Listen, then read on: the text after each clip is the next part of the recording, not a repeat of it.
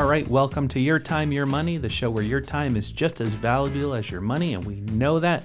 Thank you so much for tuning in today. Today we got a burst session that I thought would be a good kind of glimpse into distributions and how they work when you call your financial firm or your bank or your employer.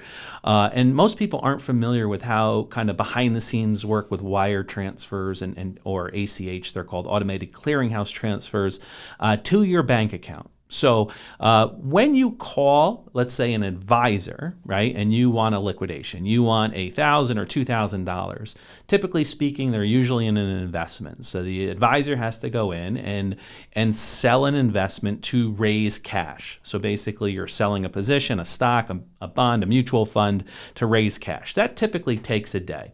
So if they get that order in before market closes, then that's going to transact that day. If the order comes in, let's say 5 p.m. after the market has closed, it's not going to take, kind of happen until the following day. That transaction is going to be completed the following day.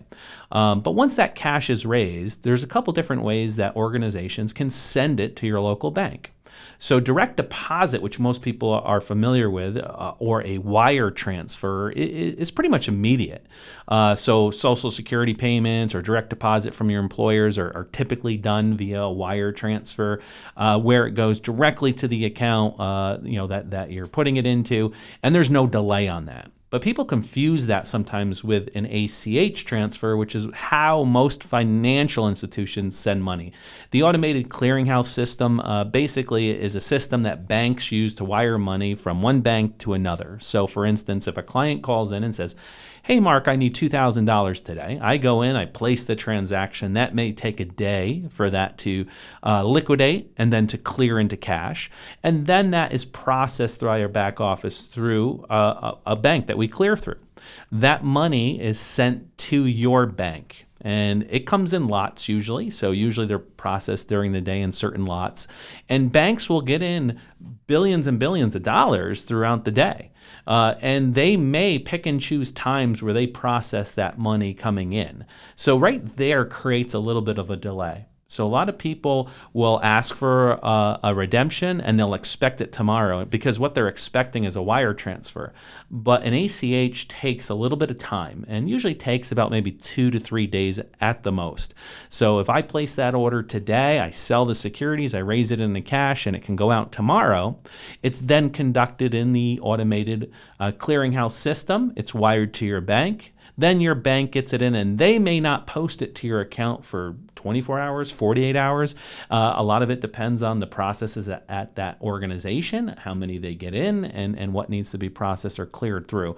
But in most cases, an ACH transfer will happen within 2 to 3 days at the most. I think it's important that listeners understand that because a lot of times listeners will call and be like, "Hey, I need money right today. I need it right this second." But when you're talking investments and you're talking a world where something needs to be sold to generate cash, and then that has to have a confirmation that was done, and then it needs to be transferred from one financial institution to another, even though that those are all digital processes for most cases, it does delay the accounts a little bit. So just be aware that wire transfer, direct deposit, and ACH are two separate forms of transfer. If you're not sure what your organization uses, you can always ask them and they'll let you know. For instance, some organizations use both. Like ours will use both.